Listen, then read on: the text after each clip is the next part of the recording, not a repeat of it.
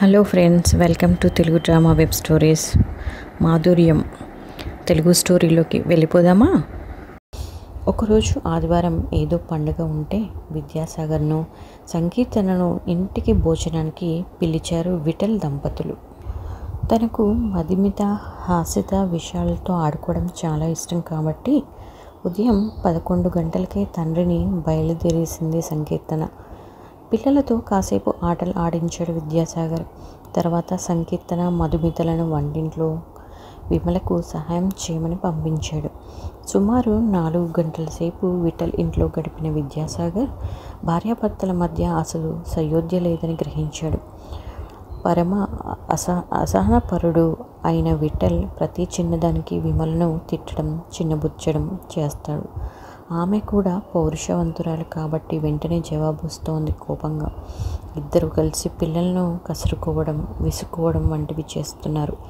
తమ ముందే వాళ్ళు అలా ప్రవర్తిస్తుంటే తమ పరోక్షంలో పరిస్థితి ఎంత దారుణంగా ఉంటుందో ఊహించగలిగాడు విద్యాసాగర్. భోజనం అయిన తర్వాత తాము వచ్చేస్తుంటే మధుమిత తన దగ్గరగా వచ్చి రహస్యంగా సారీ పెద్దనాన్న అని చెప్పింది.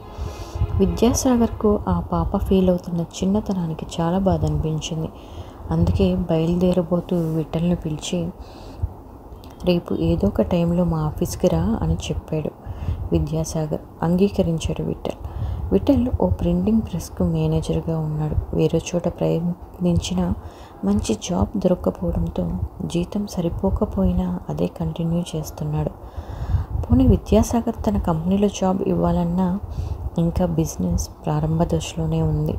పెళ్ళైన తర్వాత వరుసగా 2 ఆడపిల్లలే పుట్టడంతో మగపిల్లాడు కోసం వెయిట్ చేశారు. 3వ సంతానం మగపిల్లవాడే పుట్టినా సంతానం ఎదిగి అందరూ స్కూల్లోకి వచ్చేసరికి ఖర్చులు తడిపి మోపడవుతున్నాయి. ఆ మర్నాడు మధ్యాహ్నం 12:30కు వచ్చాడు విఠల్ను తన క్యాబిన్లోకి తీసుకెళ్లి కూర్చోబెట్టుకున్నాడు విద్యాసాగర్. విఠల్, నేను నీతో కొంచెం సేపు మాట్లాడాలనుకుంటున్నానురా. నేను చెప్పబోయే విషయం చాలా సున్నితమైనది, కానీ నువ్వు నిదానంగా విని ఆలోచిస్తావని అనుకుంటున్నాను. నేను చాలా రోజులుగా గమనిస్తున్నానురా, మీ భార్యాభర్తలు ఇద్దరూ ఒకరి మీద ఒకరు ఎందుకు కారాలు మిరియాలు నూరుకుంటున్నారు? నువ్వెప్పుడు విమల మీద విసుక్కుంటూనే ఉంటావు. కారణం చెప్పగలవా? అన్నయ్య, అది నీళ్లు నమిలాడు విఠల్. పర్వాలేదురా విఠల్, నన్ను నీ అన్నగా కాకుండా ఒక ఫ్రెండ్గా భావించి మాట్లాడు. నీ మనసులో ఉన్నది విప్పి చెప్పవచ్చు అదరంగా అడిగాడు విద్యాసాగర్. ఆ అభిమానానికి కరిగిపోయాడు విఠల్. మొదటి నుంచి విద్యాసాగర్ అంటే చాలా ప్రేమ, గౌరవం విఠల్కి. స్వంత అన్న కాకపోయినా ఏం కావాలన్నా చిన్నప్పటి నుంచే సహాయం చేసేవాడు. కరెక్ట్గా తన డిగ్రీ పూర్తి చేసి ఉద్యోగం వెతుక్కునేసరికి విద్యాసాగర్ లండన్ వెళ్ళిపోవటం తనకి చాలా మైనస్ పాయింట్ అయిపోయింది. అన్నయ్య, నాకు వచ్చిన అత్యవసర మార్కులకు మంచి ఉద్యోగాలు ఏవీ రాలేదు. నీలా సొంత బిజినెస్ చేసుకునే సామర్థ్యమూ లేదు. అంచేత ఏదో ప్రైవేట్ జాబ్ చేస్తూ ఉండేవాడిని. అలాంటి సమయంలో నాకు మాలాంటి మధ్యతరగతి కుటుంబానికి చెందిన విమలతో పెళ్లి చేశారు మా నాన్న. పెళ్లి పట్ల నాకున్న ఊహలు, కలలు వేరు. మంచి అందమైన డబ్బున్న అమ్మాయిని చేసుకోవాలనే ఉండేది. అలాంటిది నాకు ఇలాంటి సంబంధం వచ్చేసరికి ఏం చేయాలో తోచలేదు. అలానే రిజెక్ట్ చేయడానికి సరైన కారణమూ దొరకలేదు. అందుకే చేసేసుకున్నాను. తర్వాత ఈ ప్రెస్ జాబ్లో స్థిరపడ్డాను. కానీ విమలను చూస్తే నాలో ఏదో కోపం, ఎంతో అసంతృప్తి. సరేరా, ఇష్టం లేకపోతే చేసుకోనని ముందే చెప్పాలి, కానీ చేసుకున్నాక నీ అర్థం లేని కోపాన్ని ఆమె మీద ప్రదర్శించడం ఏమిటి? నువ్వు ప్రేమించకపోయినా పర్వాలేదు, కానీ ద్వేషించకుండా ఉండవచ్చు కదా. నీవు ఆమె మీద చిరాకు పడుతుంటే ఈ కోపిష్టివాడితో కాపురం చేయాల్సి రావటం నా కర్మ అనుకుంటూ ఉదాసీనంగా ఆమె నీతో కాపురం చేస్తోంది. ఇద్దరి మధ్య ఇప్పటికే ఊడ్చలేని అగాధాలు ఏర్పడిపోయాయి.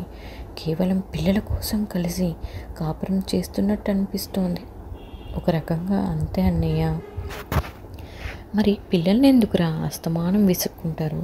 కాసేపైనా వాళ్ళతో ప్రేమగా మాట్లాడవచ్చు కదా. ఇంటికి వచ్చేసరికి చాలా అలసిపోతాను. వాళ్ళను పిలిచి మాట్లాడాలన్న మూడ్ ఉండటం లేదు. అదీ కాక చాలని ఆదాయం, ఖర్చులు. అరే విఠల్, నిజం చెప్పరా, నీకు ఈ జీవితం బాగుందా? లేదన్నట్టు తల అడ్డంగా ఊపాడు విఠల్. అతని ముఖం నిండా బాధ. సంసారం అనేది ఒక అందమైన పొదరిల్లురా ఉండాలి విఠల్, భరించలేని ముళ్ళకంపలా కాదు. నువ్వు నీ ఇల్లాలితో, పిల్లలతో అరమరికలు లేకుండా ఆనందంగా గడపాలి. అలా గడపలేని మగవాళ్ళు పెళ్ళిళ్ళు చేసుకోకూడదురా. చేసుకునే ఒక ఆడదాన్ని జీవితాన్ని నాశనం చేయకూడదు. అలా చేసే హక్కు నీకు లేదు. నీ మూడ్స్తో ఆమె హ్యాపీనెస్ని కొల్లగొట్టడానికి నీకు ఏం అధికారం ఉంది?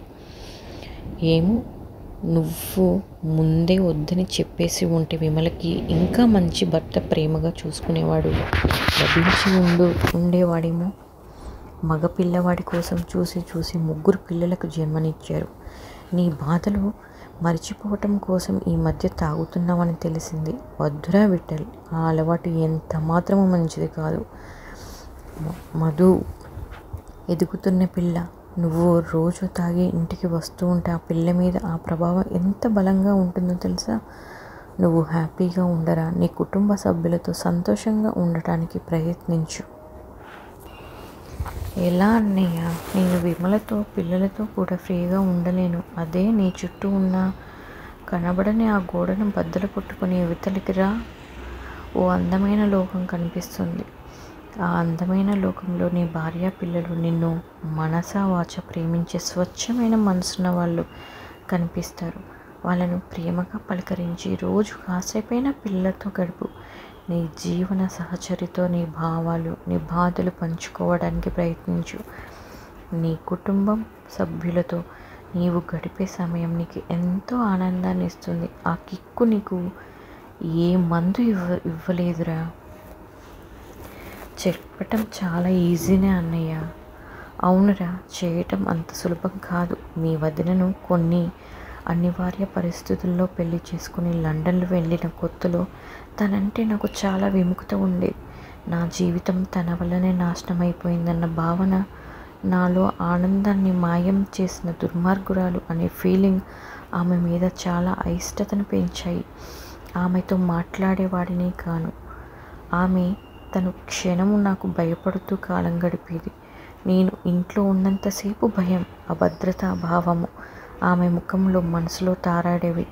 మీకందరికీ తెలుసు, మీ సాగర్ అన్నయ్య అంటే అందరితోనూ స్నేహంగా ఉంటూ, ఎప్పుడూ అందరినీ నవ్విస్తూ, ఆనందంగా ఉంచుతూ, ఎవరికి ఏ సహాయం కావాలన్నా ముందుండే వ్యక్తి అని.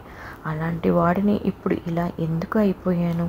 ఓ రోజు నేను ఏకాంతంగా కూర్చుని ఆలోచించుకున్నాను, ఆత్మ విమర్శ చేసుకున్నాను. నేను కోరుకున్న అమ్మాయితో కాకుండా వసంతతో నా పెళ్ళి జరగటంలో వసంత ప్రమేయం ఏముంది అని.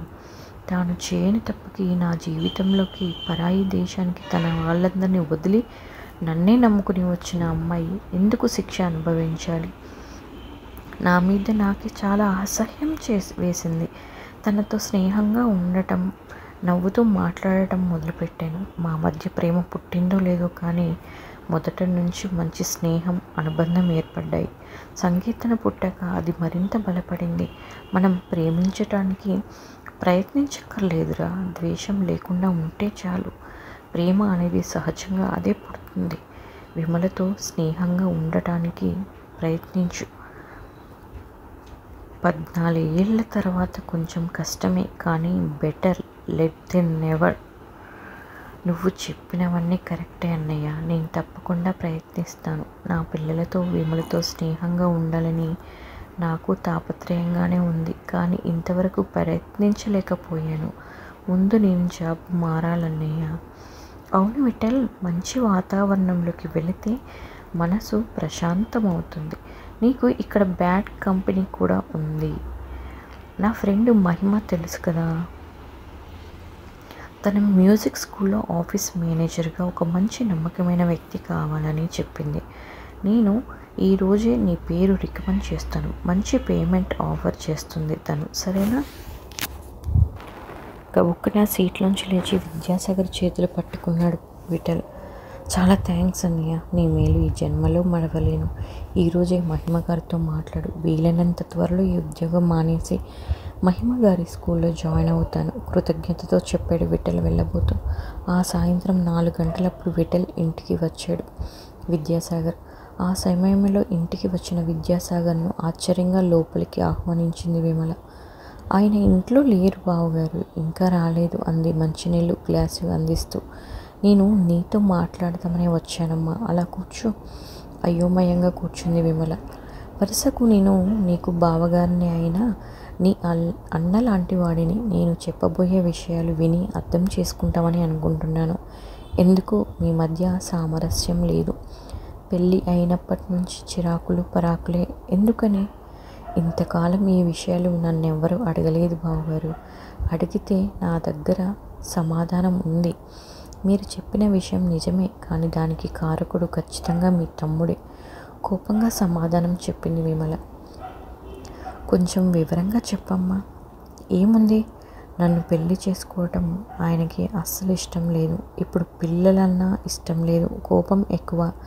తన మాటే నెగ్గాలన్న పంతం ఎక్కువ. కాదంటే అరుస్తూ రాద్ధాంతం చేస్తారు. ఏ విషయంలోనూ నన్ను సంప్రదించే అలవాటు లేదు. అన్నీ స్వంత నిర్ణయాలే తీసుకుంటారు. ఒక్కోసారి బతుకు మీద విరక్తి కలుగుతుంది. నాకంటూ విలువలేని ఈ ఇంట్లో ఓ ఖైదీలా ఎందుకు బతుకుతున్నానో నాకే తెలియదు. వాడి సంగతి సరే, పిల్లలతో ప్రేమగా ఉండడు. మరి నువ్వైనా వాళ్ళతో ప్రేమగా ఉంటున్నావా అమ్మా? ఎవరండి మీకు నేను పిల్లలతో ప్రేమగా ఉండనని చెప్పింది? ఆ మధుయేనా? దాందంతా వాళ్ళ నాన్న పోలిక. ఎప్పుడు నేనంటే ద్వేషమే దానికి వచ్చినవి అంతంత ఖరీదు పెట్టి కొనివ్వనని నా మీద అక్కసు. ఎందుకమ్మా చిన్నపిల్లల మీద అంతంత అభియోగాలు? అది వాళ్ళ నాన్నలా ఉంటుందని నీకు కోపం కాబోలు. అవును, మరి అది అడిగిన చాయిస్ ప్రకారం కొనివ్వచ్చు కదా. ఆయన ఇచ్చిన డబ్బుల్లోనే అందరికీ సర్దాలి బావగారు. ఒక్కొక్కళ్ళ చాయిస్ ప్రకారం అంటే అందరి కోరికలు నేను తీర్చలేను. ముఖ్యంగా మధుకి బాగా ఖరీదైన డ్రెస్సులు తప్ప నచ్చవు. ఎందుకు నచ్చవు? నీకు ఇష్టమైనవే తెచ్చిస్తున్నానని దాని కంప్లైంట్లు తప్పితే ఖరీదు గురించి కాదు. నువ్వు దాన్ని తీసుకొని షాప్కి వెళ్ళు. బడ్జెట్ ఇంత అని చెప్పు. ఆ రేంజ్లో తనకు నచ్చినవి తీసుకుంటుంది. చాలా సంతోషంగా. నువ్వు తనకి చాయిస్కి ఇంపార్టెన్స్ ఇచ్చావని సంబరపడుతుంది. నీ మీద ప్రేమ ఎక్కువ అవుతుంది. పిల్లల సైకాలజీ అది. ప్రేమ ఈ ఇంట్లో ఆ పదానికి చోటు ఎక్కడుందండి? ఏమ్మా నీ మనసులో ఆ పదానికి చోటు లేదా? నీకు ఉదాసీనత. పెళ్ళయి ఈ ఇంటికి వచ్చిన వెంటనే విఠల్ నుంచి నువ్వు ఏం ఆశించావో అది దొరక్క ఆ బాధ నీ ఉదాసీనతగా మారింది. చివరకు నీ పిల్లల మీద కూడా నీవు ప్రేమ చూపించలేనంత ఉదాసీనత. నీ భర్త దగ్గర ఎలా ఉంటున్నావో నీ పిల్లల దగ్గర కూడా అంతే. మధు, హసిత, విశాల్ ముగ్గురు మీ ఇద్దరి దగ్గర ఎప్పుడు భయపడుతూ అనీజీగా ఉంటారు. ఈ ఇంట్లో వాతావరణమే అలా ఉంది. మధు మా ఇంటికి చదువుకోవడానికి వచ్చినప్పుడు ఇంటికి వెళ్ళాల్సిన సమయం వస్తే చాలా బరువుగా లేస్తుంది. అబ్బా మళ్ళీ ఆ జైల్లోకి వెళ్ళాలా అన్న ఫీలింగ్, ఒక రకమైన నిస్సహాయత కనబడుతుంది దానిలో. కుదురులో పోసిన నీరు వేరు నుంచి చెట్టు ఆకు చివుళ్ళ వరకు చేరినట్టు నీ ఉదాసీనత నీ పిల్లలకు పాకుతుందమ్మా. జాగ్రత్త పడండి. మౌనంగా తలదించుకుంది విమల. నిజమే, ఇన్నాళ్ళు తన ఫ్రస్ట్రేషన్ అంతా తన పిల్లల మీద చూపించింది. ఎలా కాదనగలదు? నీకు మంచి రోజులు వస్తున్నాయి విమల. ఈరోజు నేను విఠల్తో కూడా మాట్లాడాను. ఇంకా మంచి జీతం వచ్చే చోట చేరుతున్నాడు. నీతో కూడా ఇదివరకులా కాకుండా స్నేహంగా ఉంటాడు. చిన్న చిన్న సమస్యలను ఎక్కువ చేసుకోకండి. మీ మధ్య పెరిగిన దూరాన్ని తొలగించుకోవడానికి ఇద్దరూ ప్రయత్నించండి. పిల్లల ముందు గొడవలు పడకండి. అది వారికి మీకు కూడా మంచిది కాదు. ముత్యాల్లాంటి పిల్లలను ముచ్చటగా పెంచుకొని వృద్ధిలోకి తీసుకురండి. నేను ఏమైనా నిన్ను నొప్పించే విధంగా మాట్లాడనేమో, మనసులో పెట్టుకోకమ్మా. అయ్యో బావగారు, ఎంత మాట! మీరు మా మేలు కోరుకునే వాళ్ళే కాబట్టి ఈ విషయాలని చెప్పారు. నేను తప్పకుండా మీరు చెప్పినవన్నీ ఆచరించడానికి ప్రయత్నిస్తాను. నా వల్ల తప్పే జరిగింది, అది సరిదిద్దుకుంటాను. మనస్ఫూర్తిగా చెప్పింది విమల.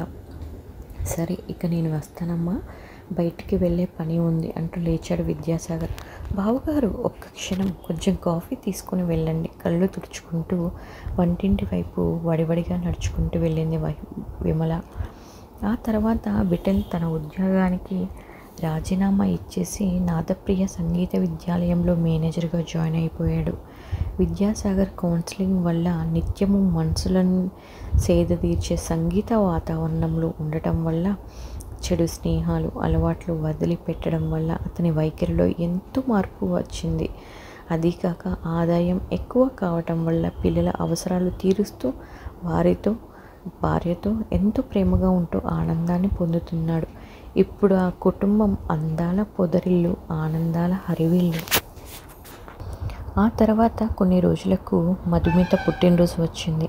తనను గ్రీట్ చేయడానికి వచ్చిన సంగీత్ తనకు పెద్ద చాక్లెట్ ఇస్తూ, ఈ డ్రెస్ ఎలా ఉందే డాడీ 500 ఇస్తే నేను మమ్మీ వెళ్ళి కొనుక్కొచ్చాము అంది సంతోషంగా మధుమిత. మళ్ళీ తనే పెద్దనాన్నకి చాలా థ్యాంక్స్ చెప్పాలే, ఆయన మా అమ్మా నాన్నలకు ఎంతో మంచిగా వాళ్ళు తప్పులు తెలిసేలా చెప్పారు. అందుకే మదర్ తెరిసా అన్నట్టు ప్రార్థించే పెదవుల కన్నా సాయం చేసే చేతులు మిన్న అని పెద్దనాన్న ఏదైనా చేతల్లో చేసి చూపెడతారు అంది. ఆ కళ్ళల్లో వెలుగుతున్న దీపావళి కాంతులను ఆనందంగా చూస్తూ ఉండిపోయింది సంకీర్తన. ఇదండి ఈరోజు స్టోరీ. మళ్ళీ నెక్స్ట్ ఎపిసోడ్లో కలుద్దాం. ప్లీజ్ మన ఛానల్ని లైక్ చేయండి, సబ్స్క్రైబ్ చేసుకోవడం మాత్రం మర్చిపోవద్దు.